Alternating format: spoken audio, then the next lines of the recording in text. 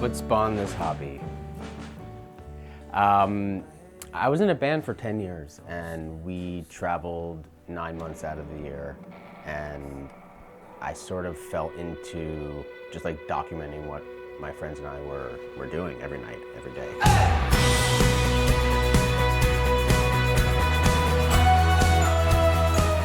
During the last few years of Steel Train, when I really got into taking photos, at the end of that we sort of had an idea to make a photo book, and our manager at the time was, giving us pushback, and then all of a sudden he was like, "This is just a vanity project."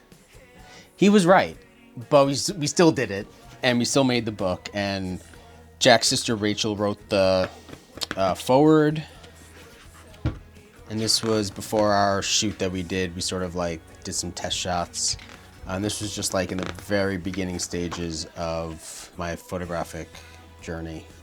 This is all digital. I was learning, so I had to mess up a ton. But again, I was always drawn to like light and using what we had in the environment.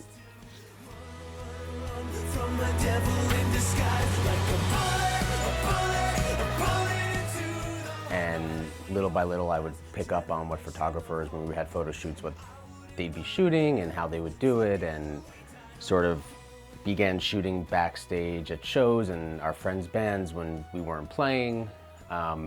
So that before really realizing it was a documentary style photography, it's sort of like, that was just how I shot. That was like innate, like instinct to shoot like that. So this is the Mamiya RZ67 that I just picked up from my friend.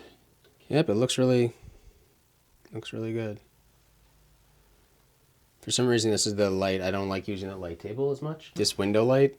So this is an AE1 roll that I picked up from a camera shop, and it was all shot in my bedroom, just like fucking around.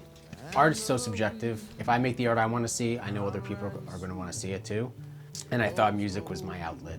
And then when I found a camera and realized like this is how I see things, I'm able to be that fly on the wall that is, once that camera's in my hand, I'm just observing. I'm gonna lift this up, pull it out.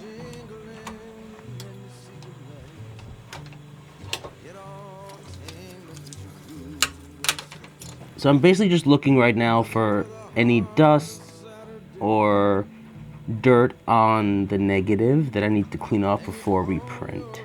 People always ask, why do you shoot film? It's because I want to have the most emotional, most creative, most limiting medium. And I want there to be that something that you can't put your finger on, but you know it's special. And when you are working with a limited number of frames, each time you press the shutter, it has to matter. Now everybody is so caught up with perfection and looking perfect and having the perfect lighting, and those moments are great, and those moments get captured, but it's the in-between moments, it's the imperfect nature that naturally happens. And it's about getting those moments on a medium that tells the truth about it.